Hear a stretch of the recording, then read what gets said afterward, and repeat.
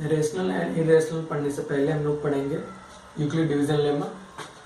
तो लेमा की बात करी जाए तो लेमा कोई स्टेटमेंट होता है जो कि ऑलरेडी प्रूव्ड हो चुका होता है, और इसका यूज करके हम लोग किसी अन्य स्टेटमेंट को प्रूव करते हैं। तो अगर डिवीजन लेमा की स्टेटमेंट की बात करी जाए तो ये कहता है कि अगर दो इंटीजर्स ए एंड बी हैं तो क्यू और आर ऐसे एग्जिस्ट करते हैं कि ये इक्वेशन जो होती है हमारी वो सेटिस्फाई करती है।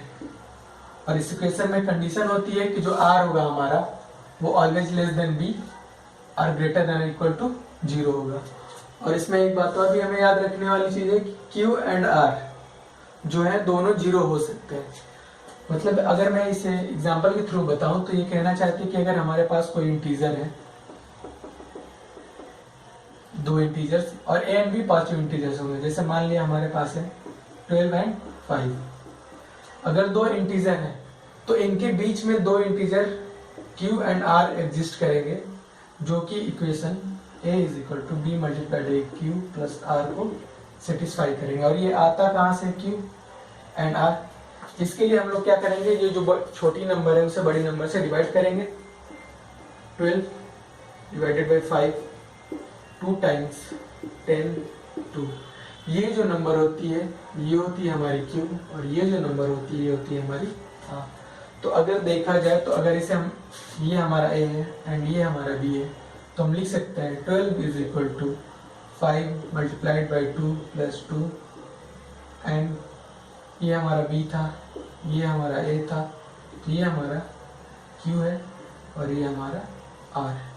यही यूक्लिड डिवीजन लेमा है। यूक्लिड डिवीजन लेमा में हमें जो याद रखने वाली बात है तो ये इसका स्टेटमेंट, ये कंडीशन, और ये कभी पूछ सकता है 1-2 नंबर में कि क्यू 0 हो सकता है या नहीं हो सकता है। तो आइए अब इसका जो एप्लीकेशन है यूक्लिड डिवीजन एल्गोरिथम वो पढ़ते हैं। तो यूक्लिड्स डिवीजन एल्गोरिथम सॉल्व करता है HCF। मतलब यूक्लिड का यूज हम लोग तब करते हैं जब हमें to compute HCF of given numbers. मतलब अगर 2 या 2 से ज्यादा नंबर दिए गए हैं और उनका HCF कैलकुलेट करना हो तब हम यूक्लिड का यूज करते हैं। तो आइए देखते हैं कि यूक्लिड्स में कौन कौन से स्टेप्स होते हैं और कौन सी कंडीशन होती है और उसके हिसाब से क्या क्या प्रोसेस किए जाते हैं। तो अगर स्टेप्स की बात की जाए यूक्लिड के, तो सबसे पहले अगर मान लिया जाए कि if two integers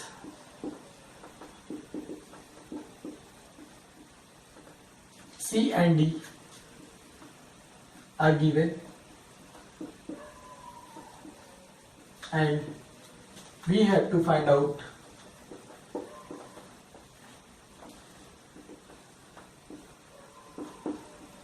the HCF of C and D। अगर हमें C and D के HCF की निकालना हो तो हम कैसे अप्लाई करेंगे यूक्लिड्स एल्गोरिथम को और क्या क्या स्टेप्स होते हैं। तो अगर पहले स्टेप्स की बात करी जाती है तो हम लोग क्या करते हैं कि अब we apply Euclid's lemma, that is A is equal to BQ plus R on C and D। हम लोग क्या करते हैं, जो पहला स्टेप होता है उसमें C and D पे ये जो लेमा है इसको अप्लाई करते हैं। फिर नेक्स्ट स्टेप में इफ हम लोग चेक करते हैं if R is equal to 0 then D is HCF and if R is not equal to 0 then we apply Euclid's lemma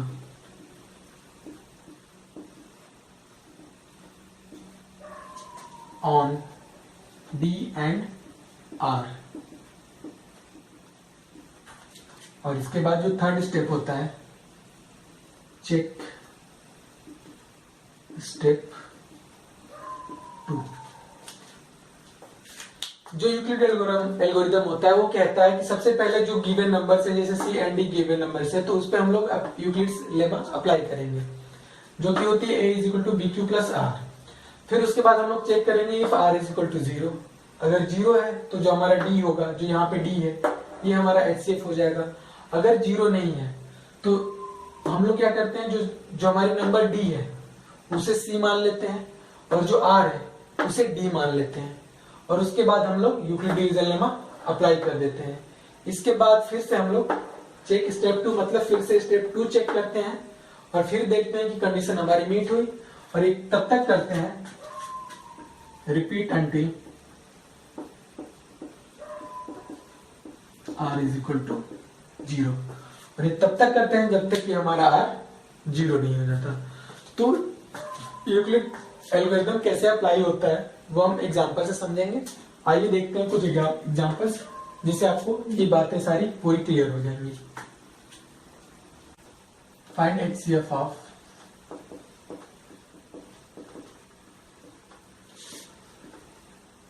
twelve and 138। हमें 12 और 138 का HCF निकालना है।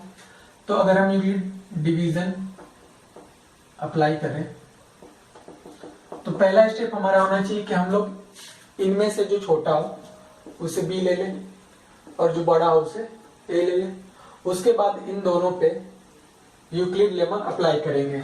यूक्लिड लेमा का मतलब a is equal to B Q plus R, और ये कहां से आएगा, ये आएगा हमारा जो बड़ी नंबर है उसको छोटी नंबर से डिवाइड करेंगे, तो कितनी बार में जाएगा, 11 टाइम्स 132 एंड रिमाइंडर इज 6। तो अगर हम देखें तो यहां से 138 is equal to 12 into 11 plus 6, ये हमारा हो गया पहला स्टेप।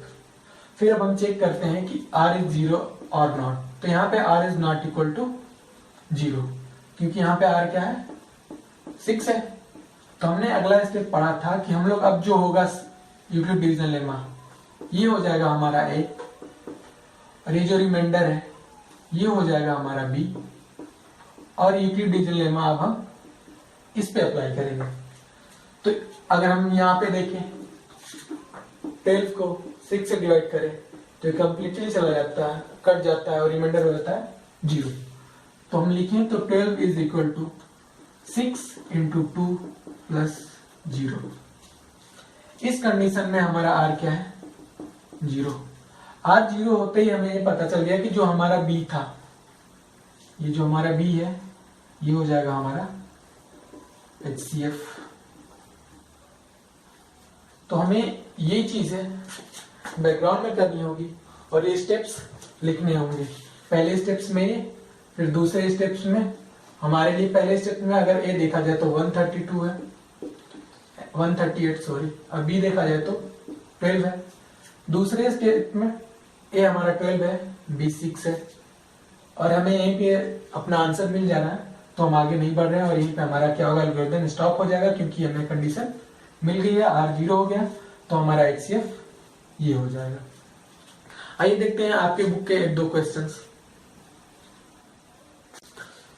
आपकी बुक के पहले क्वेश्चन का पहला पार्ट जो दिया हुआ है, दिया हुआ कि find out the HCF of 135 and 225। तो मैंने बोला कि जो स्मॉलेस्ट नंबर होगी उसे हम लोग b कर ले लेंगे, और जो ग्रेटर होगी उसे हम लोग a ले लेंगे। फिर इस पे लॉन्ग डिवीजन मेथड परफॉर्म करेंगे, जो होता है 225 को डिवाइड करा हमने 135 से, तो ये 1 टाइम में चला जाएगा, और हमारा रिमाइंडर कितना बचेगा, 90। तो अगर हम 225 को देखें तो 225 is equal to 135 into 1 plus 90।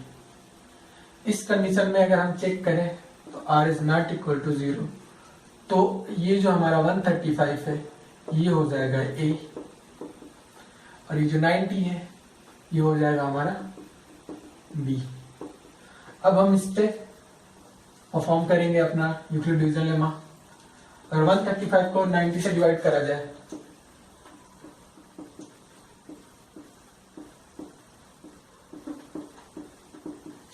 तो ये हो जाएगा 135 is equal to 90 into 1 plus 45। यहाँ पे भी हमारा r 0 नहीं है, तो ये जो नंबर है 90 ये हमारी हो जाएगी a, और ये जो नंबर है ये हो जाएगी हमारी b। एंड इस केस में देखा जाए तो 90 is equal to 45 into 2 plus 0। And इस केस में हमारा जो r है वो 0 को इक्वल है, ये 45 जो है हमारा HCF हो जाएगा।